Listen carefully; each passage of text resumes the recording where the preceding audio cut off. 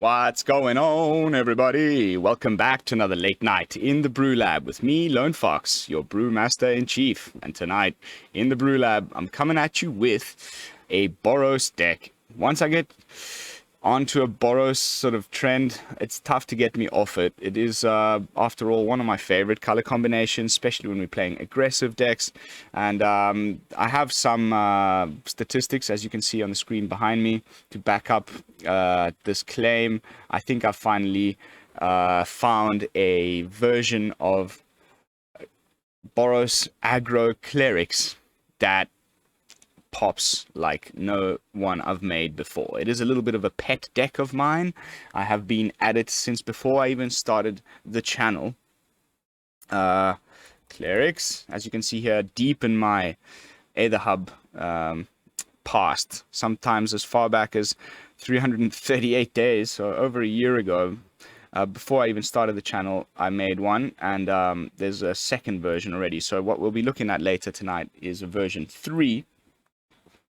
This one is still standard legal. Beg your pardon. This one is still standard legal. This one was just before rotation, and we still have Soul Seer and Speaker of the Heavens, which would still be just so ideal in this deck. But unfortunately, it's rotated out, and we had the Temple still in the mana bases. Soul Seer was still my favorite removal spell. These were the golden days. Then I went for a more updated version, but as you can see, still very similar. Just changed some of the removal and put in some flying clerics here. And I was trying to run the cleric class as a way to sort of bring back our clerics other than just the Venerable Warsinger. So I'll leave links to these two golden oldies in the video description. But for tonight, we're looking at version 3 of Skalding Clerics. And this one is finally, I think, the one. So without further ado, let's jump into tonight's brew. We'll do the usual. Run the deck from left to right, take it from the top, sort of describe the various playlines and synergies, why it is that I've picked the cards to go in the deck.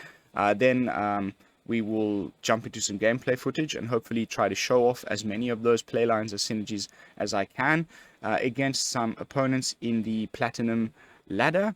Then we will jump back into the deck at the end with my final thoughts, potential edits, and deck review. So we start off with a full playset of Lunarch Veteran. We are a life gain deck, guys. It isn't the main theme. It's not like your Selesnya unranked matches type of deck where it's just Trelasaras and all that sort of stuff, but we're definitely a life gain deck. And Lunarch Veteran, of course, is a very important piece of that, because whenever another creature enters the battlefield you control, you gain 1 life. So we're trying to cast our life gainy cleric guys on top of Lunarch Veteran to get all those triggers. The nice thing is it's got Disturb, which is a cheap Disturb cost comparatively of 2, and it comes back as the Luminous Phantom. So if you can at any point ever have both 1 copy of Lunarch Veteran in play and 1 Disturbed copy of Luminous Phantom in play, you get enter the battlefield triggers and leave the battlefield triggers, which copies an old card from Theros block, Daxos, if you guys can remember that far back, and that's really, really nice. So we've gone, of course, with a full playset of Lunarch Veteran. Then, very important card in the deck, and I'll explain why as we go along. Ollenbock Escort, 1 mana, 1/1 with Vigilance. It can be sacrificed at instant speed to give a target creature you control that already has a +1/+1 counter on it, so that's the only caveat. You can only use this on creatures that have a +1/+1 counter on it, but then you can give that creature lifelink and indestructible until end of turn, which is fantastic against all of the freaking sweepers and the control decks that we keep running up against, because we can now, as long as you have a couple of Ollenbocks in play, or even just 1, save your important creatures from the sweeper.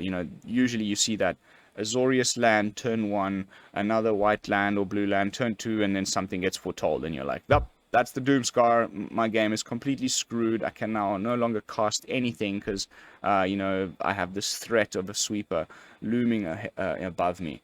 With Ollenbock Escort, you can now keep playing, keep attacking and developing your board state without worrying too much about those Doomscars, because you can give key creatures that you want to survive the sweeper indestructibility with the Ollenbock Escort. And the lifelink is also very important.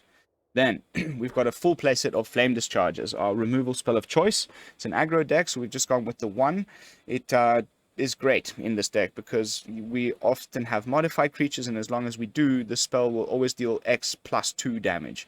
So even if you have only got 1 mana available, you can still do 2 damage to a creature or planeswalker as long as you have a modified creature on board. And of course that scales up really well. It always allows you to remove bigger threats than you have mana for, as long as you have, again, modified creatures on board. Next up, of course, Luminarch Aspirant. Why are you not surprised? It's of course fits the deck fantastically. It's a cleric, and it keeps putting +1/+1 counters on things, which is what we're trying to do as much of as possible. So makes sense that we'll be playing a full play set of the Luminarch Aspirant. Then we've got a full play set of Voice of the Blessed. This card sees little play in rank because it's so gross. I think people just feel disgusted playing it. It's so damn good. It's like also sees a lot of play in unranked. You know, your newbies, first timers trying out their hand at the game, jump onto this thing with Trelisara and you know, Righteous Valkyrie and stuff, and they go for the hated life gain deck that is plaguing the unranked ladder. But it's really good, obviously, and so I'm trying to bring it back into ranked because you know, I don't like to make too many friends. But whenever you gain life, you put a +1/+1 counter on Voice of the Blessed. But of course, that's not the only way we can put counters on it. It doesn't matter where it gets them from. As long as you keep putting counters on Voice of the Blessed, it's a good thing, because as soon as it gets to 4 +1/+1 counters, it gains flying and vigilance. Vigilance is so important right now. I've said it before, I'll say it again. The number of control decks that play 4 copies or 3 copies of your Wandering Emperor, and the number of mono-white aggro decks that are now dabbling with like 2 or 3 copies of Wandering Emperor at the top end as well, make it so that whenever you attack into 4 untapped mana, you can be, you know, almost guaranteed to have a Wandering Emperor exile one of your attackers. The thing is, with Wandering Emperor, the attacker needs to be tapped. With Vigilance, that doesn't happen, so this effectively dodges the Wandering Emperor as long as you have 4 +1/+1 counters on it. And then if we ever get to 10 or more +1/+1 counters on it, which happens more often than you'd think, it also gains Indestructible, which is obviously fantastic. So like I said, we can put +1/+1 counters on this guy by gaining life, via the Lunarch Veteran, via the Angelfire Ignition, via the Righteous Valkyrie, but we can also just put +1/+1 counters on it with Luminarch Aspirant every turn, or, you know, with Showdown of the Skalds, to get it above that lovely 4, which gives it flying and vigilance. Then, of course, full playset of Righteous Valkyrie. One of the most busted cards from Skalding. The creature is not legendary, which I think a lot of people think would have made it a little bit less busted, but that means we can have, you know, the effect stack. You can have multiple copies of Righteous Valkyrie in play, and if we ever get to that above 27 starting life, you know, 7 life more than your starting life total, then creatures you control get +2/+2, and we've all scooped to this so many times. As soon as you get above that, the opponent just realizes how insurmountable the threat is and scoops it up. So obviously we're also trying to use it as another way of gaining life other than the Lunarch Veteran. Whenever you play an angel or a cleric, all of our creatures are clerics. On top of the Righteous Valkyrie, you're going to be gaining a life equal to their toughness. Then another crucial key part of the deck is a full playset of Angelfire Ignition, which was not in any of the previous ones. You get to put 2 +1/+1 counters on target creature. It gains Vigilance, Trample, Lifelink, Indestructible, and Haste until end of turn, and you can flash it back for a very cheap flashback cost of only just 1 additional colorless mana, bringing it to 4. So my favorite target for this is just a turn 3 onto Voice of the Blessed attack. It's so freaking amazing. You know, turn 1 Lunarch Veteran, turn 2 Voice of the Blessed, turn 3 Angelfire Ignition is one of my favorite play lines in the deck.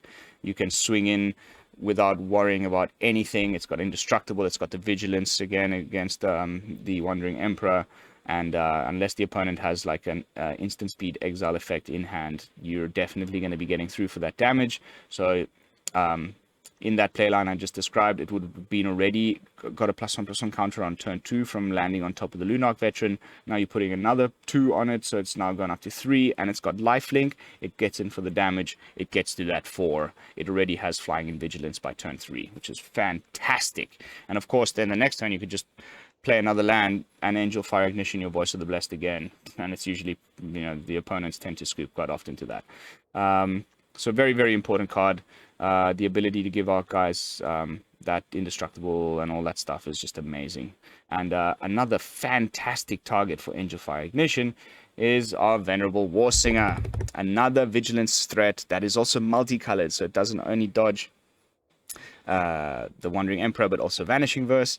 Venerable Warsinger is 3 mana 3/3 with Vigilance and Trample, which is of course very important because whenever it deals combat damage to a player, you may return target creature card with mana value X or less from your graveyard to the battlefield, where X is the amount of damage Venerable Warsinger dealt to that player. Now, I've done this in the past in other videos and also just in private, where we had this loop going with the old oh my goodness, what's the name of the card?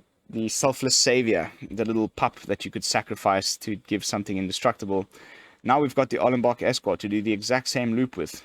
It gets crazy. You can, you know, pre-combat, sacrifice Ollenbock Escort, give your Venerable Warsinger indestructible and lifelink, which then will of course trigger your Voice of the Blessed and all your other important lifelink synergies, like Righteous Valkyrie.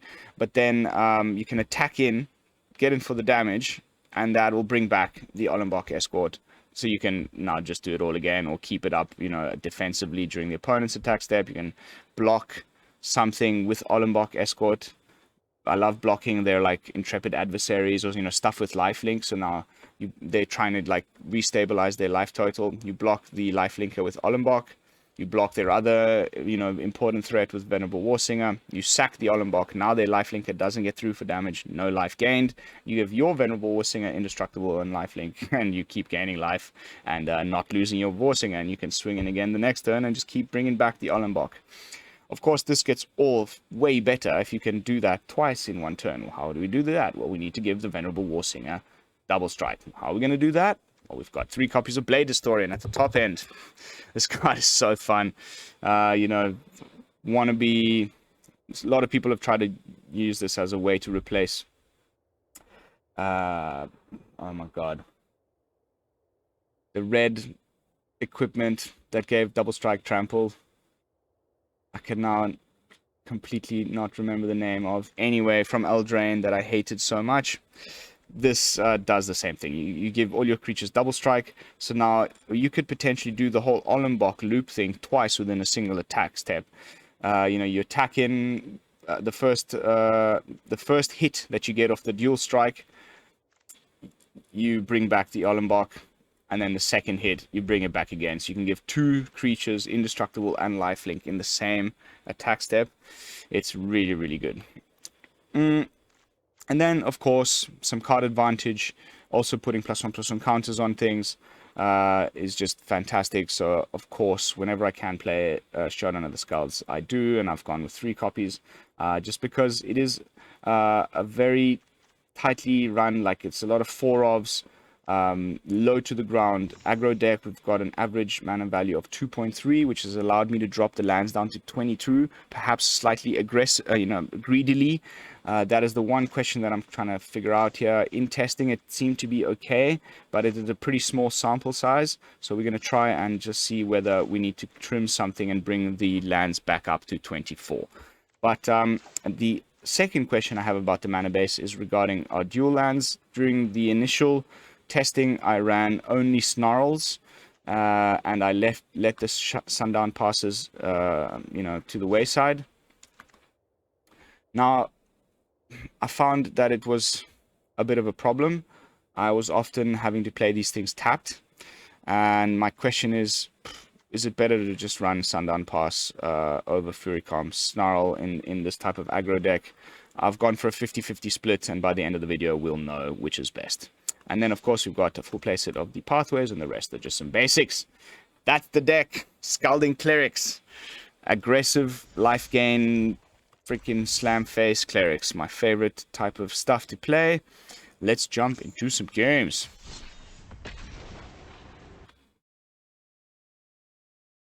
Does seem like a storm is brewing.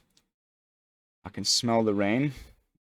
The land here really needs it. They're going through a super drought, but I might need to move the desk if it comes through with a bit of wind from the front here. Although I do love me the smell of rain. Alright, Big Bird 79. And these googly eyes are so good. I was laughing properly this morning. Yeah, a bit of a slower hand. We might get our 1 and 2 drops off the top now. But I do like what else we've got going, so let's see. Okay. Dimir. Is it going to be zombies? Or actual Dimir? Oh no. I just played Esper Control in... There we go. There's the Doomscar.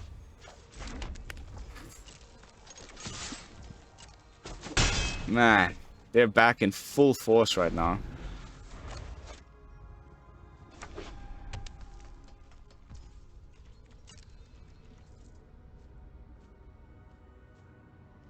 On it.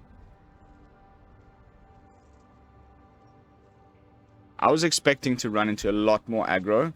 I even mentioned it yesterday. You know, early season, everybody's rushing for Mythic, playing the aggro decks. Not so.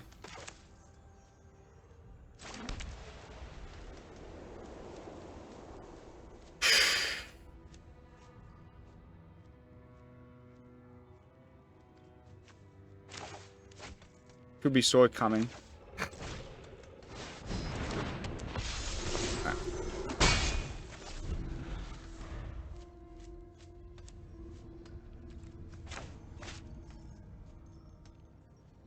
We need to find ways of putting +1/+1 counters quickly.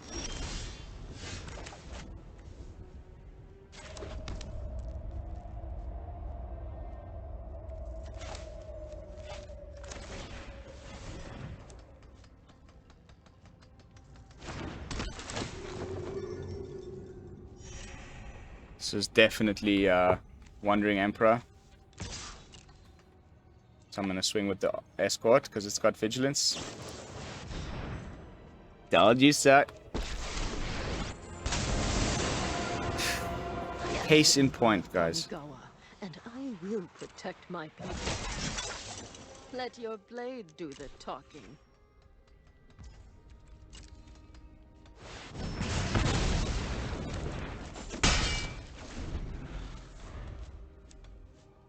Doomscar.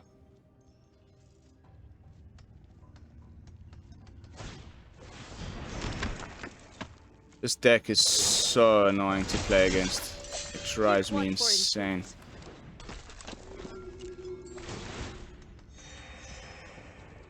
Okay. Righteous Valkyrie is now indestructible. I guess that's it then. Need another Ollenbock.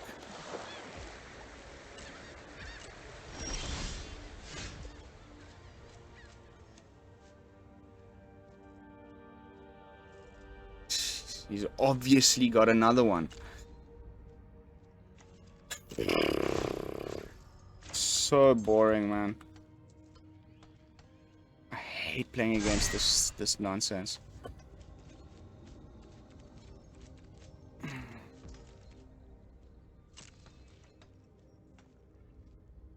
You ready?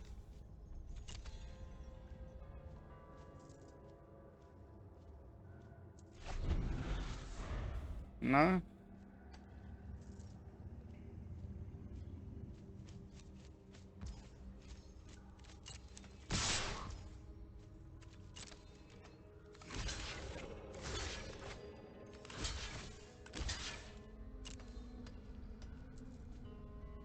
It's got the channel land. It's possible.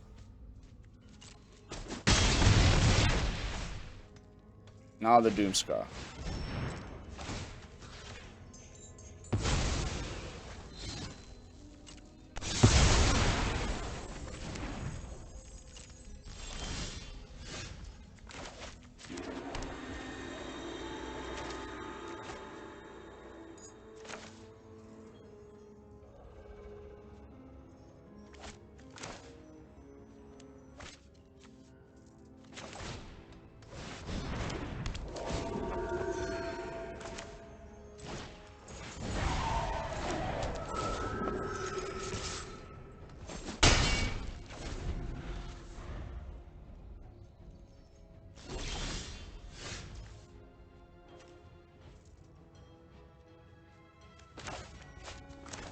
It's worth a try, guys. Oh! I'm not attacking with anything other than the Warsinger for the Wandering Emperor problem. I told you! Anyone who harms my people must contend with me. Guards, to me! That's a tidy 10 to face. Also bringing back our Ollenbock.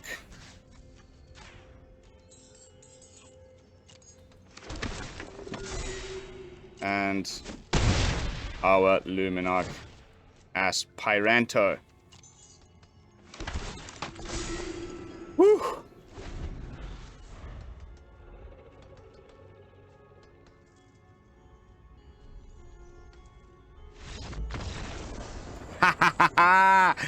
Yes! Suck it! Control Mage. Off you go. Wow, that was so much fun. I'm so glad I managed to just navigate that one. Double Wandering Emperor and the Doomscar, just absolutely making a case like I just mentioned it in the deck tech. The Vigilance, the Ollenbock, winning us the game. On to the next one.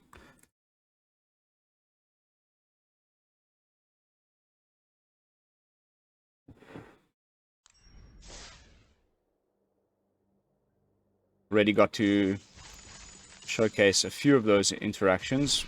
Still no Voice of the Blessed.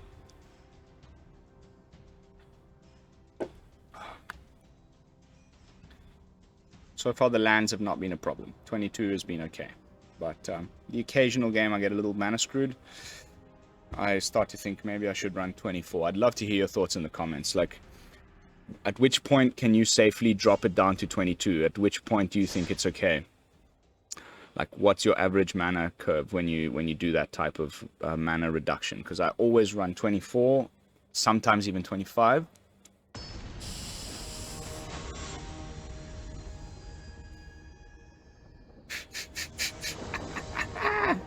Ah, these googly eyes. It's a great hand.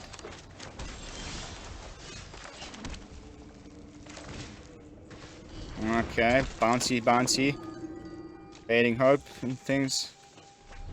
Definitely was a Fading Hope there.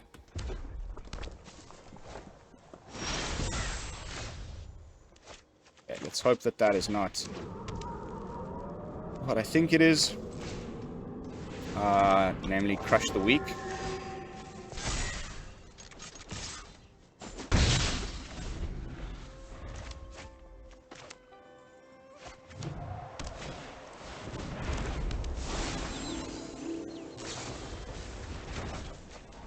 Knew it.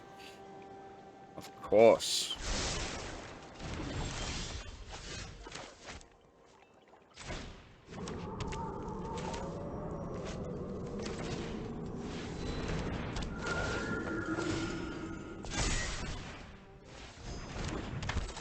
Bouncy, bouncy.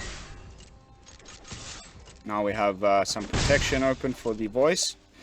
And we'll probably go showing downing of some Skaldings next turn.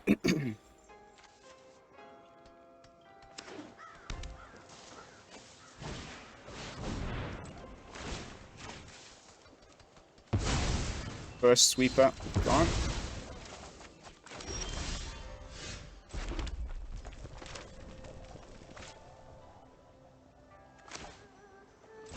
Or do we? Let's hold back the Aspirant.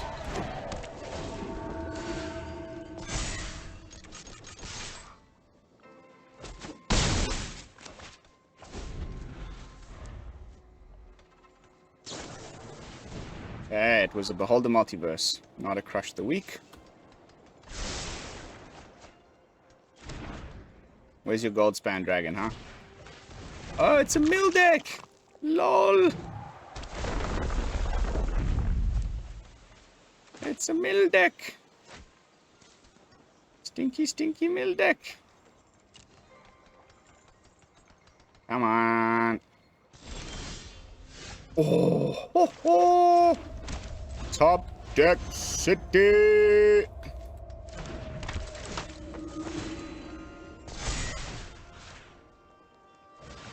I'm okay if you counter it. Oh, that's just beautiful.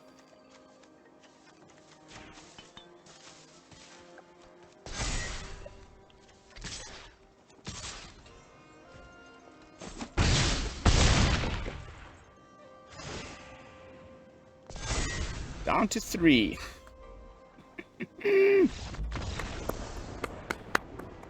Polite clap for the Rune Crab Gamer. Off you go. On to the next one.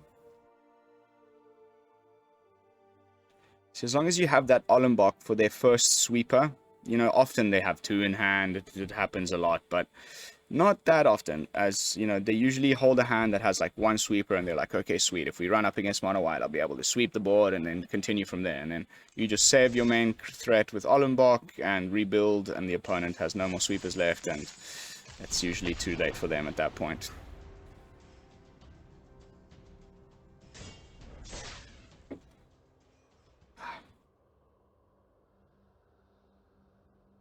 I still have yet to see a player with Mythic Orange, which I think maybe once, like back in the day. But never on the channel.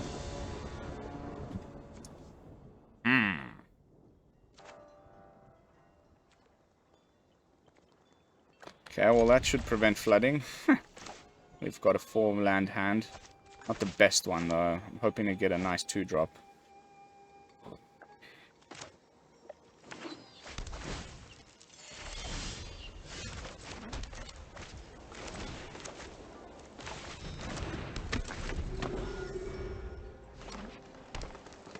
Life gain? Oh. I mean, yeah, I thought it would be runes.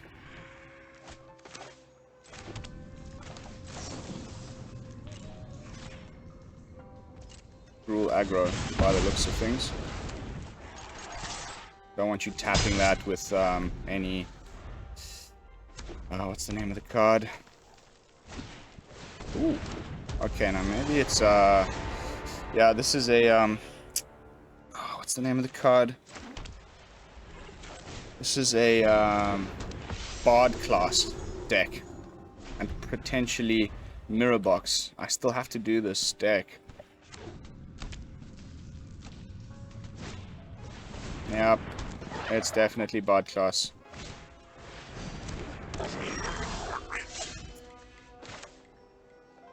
Fortunately for us, things are looking really good.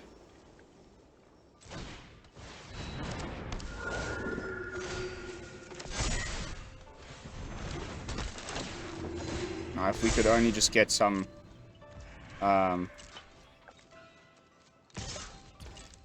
counters onto the Valkyrie, then we've got the double protection.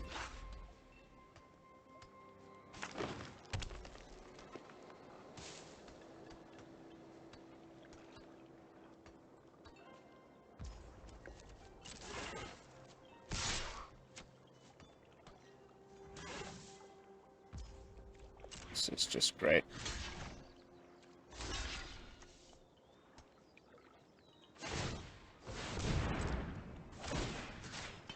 This is just great.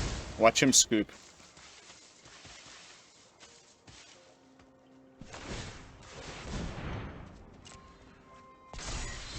Doesn't matter how many times you double it. It's indestructible.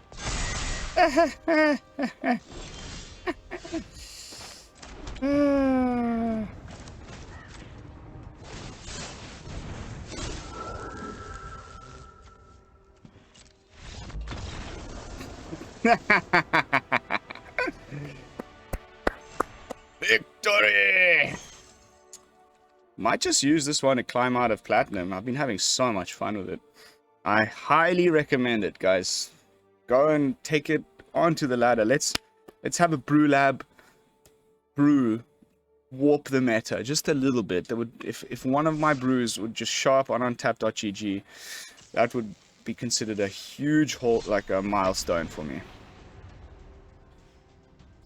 You're all, you know, all my Brewsters are doing a fantastic job of giving me some great numbers on either hub, which is making me very proud, but I still have yet to make a dent into the untapped.gg meta.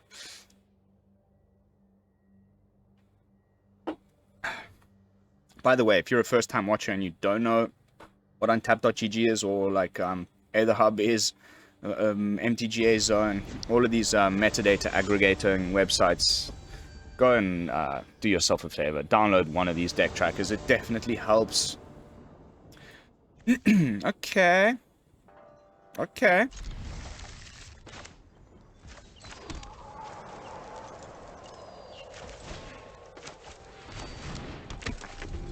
Suki lala. Suki lala.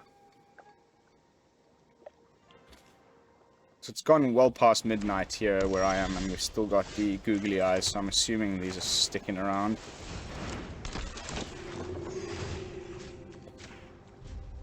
No! Oh, what? Misclick, courtesy of rapidly falling apart Logitech mouse. Looking like mono-white aggro. I'm worried about portable holes. I'm not worried about that.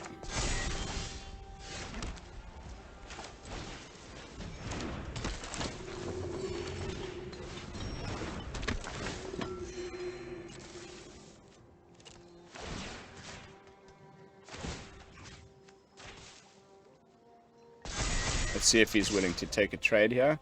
I've got the Ollenbock in case he's feeling special.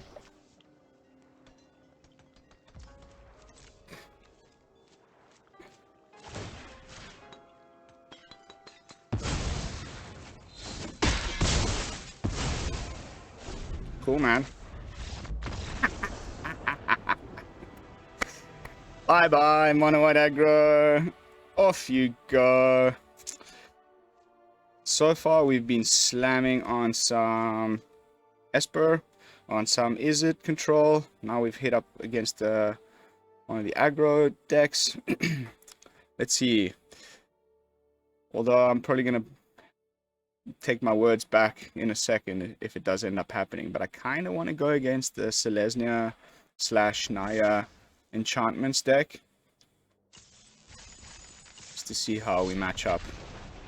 In testing, especially that spree I showed you in my stats from earlier, that 11-2 or 12-2 or whatever it was, I played against them twice and won both times. The only those two losses were against Brutal Cathar. Brutal Cathar, you know, it was like Boros aggro with 4 Brutal Cathars, and they just got me. Okay, a bit slower, but I'm gonna keep it.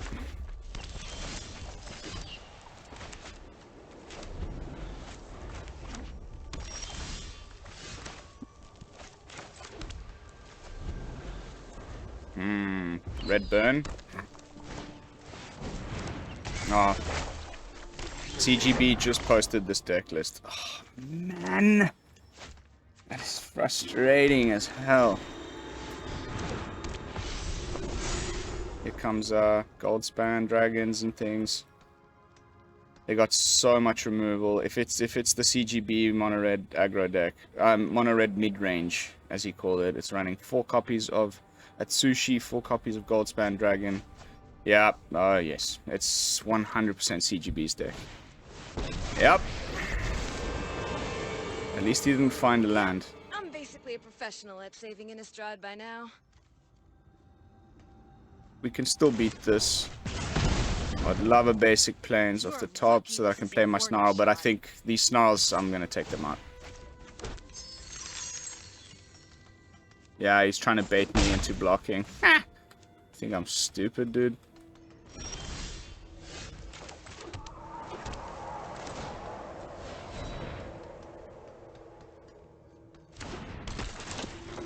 Here comes the 1 mana MDFC. Okay, Frostbite.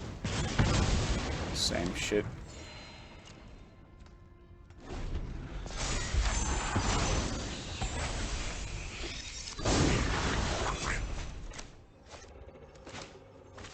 Options next turn.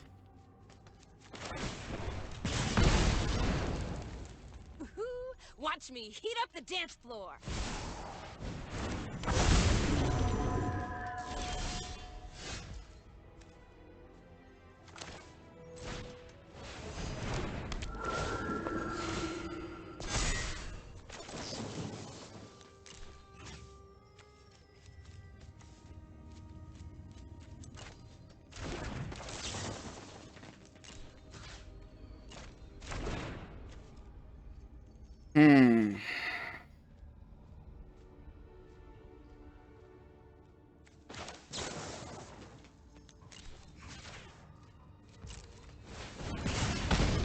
You're just never gonna learn, are ya?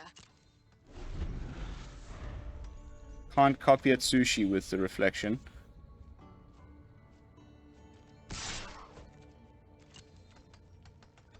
At least they're not finding any lands. That makes me very happy, obviously.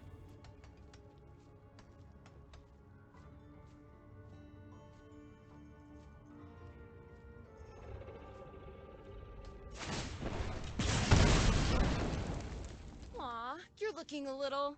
They're second at sushi and do the death trigger thing.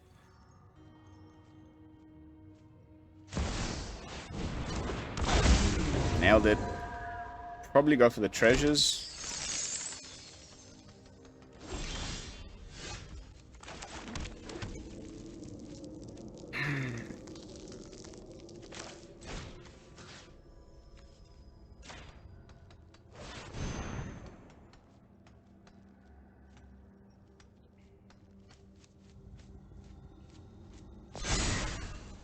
I was worried about Dragonfire there for a second.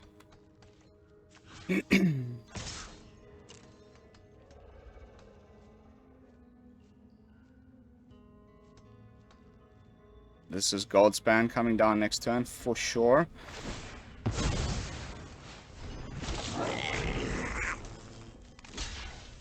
Sure. Let's get rid of the 2 treasure maker dudes.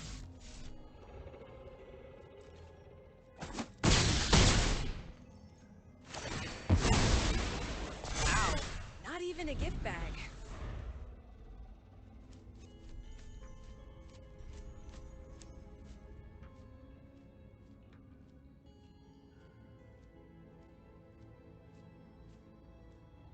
It's a problem with these MDFCs, man. That deck's running a full playset of Shadow Skull Smashing, and I always forget the name of the 1-mana one. Flame Bolt, I don't know, whatever.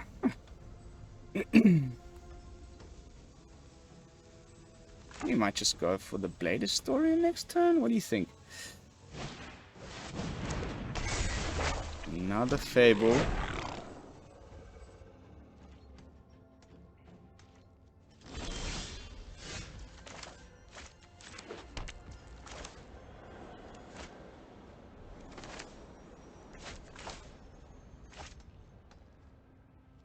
Tough call, this.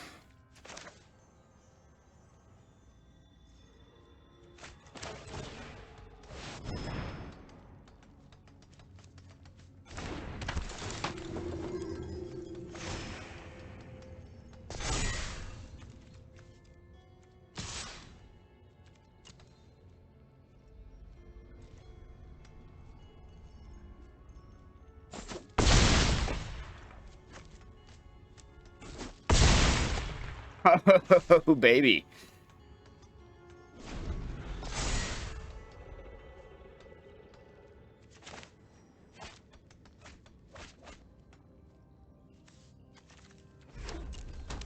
Where's the Goldspan? Come on. Not that I care.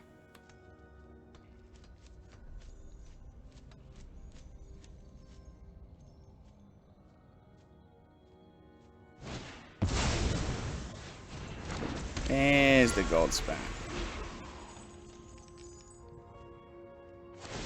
So we need 7 mana to do Venerable Warsinger into...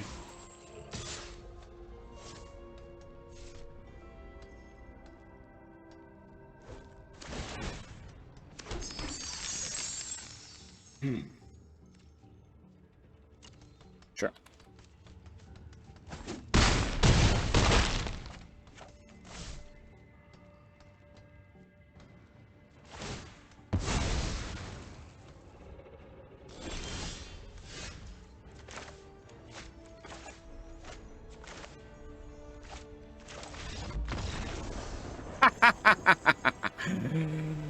I never get those like, hey, I'm gonna go full send. And then what? What were you planning on doing to back that up? Like, okay. Alright, guys, I mean, that's pretty convincing. We've arrived at the 45-minute mark. I don't want to jinx it and get a loss. I'm going to leave it at that. We just beat upon CGB's like brand new mono-red mid-range deck. We just beat upon Esper control, Izzet control, and a mono-white aggro player. We definitely got to show off most of the play lines and interactions. I was kind of hoping to do the Ollenbock loop, but I also don't want the video to go on too long because I can feel the storm brewing and I need to pack up my laptop. So that is going to be it for tonight's gameplay footage. Skalding Clerics version 3.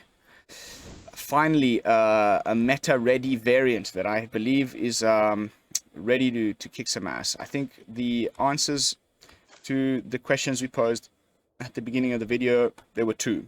Do we have enough lands? Are the snarls any good? We do have enough lands. The snarls are rubbish. Out go the snarls. In go 2 more Showdown and Showdown passes. And that is it. That is the only edit I would make. I would leave the rest of the deck exactly as is. I would love to hear your thoughts in the comments. I would love, you know, some feedback if you do take the deck for a spin. How did it perform for you? And yeah, that's it.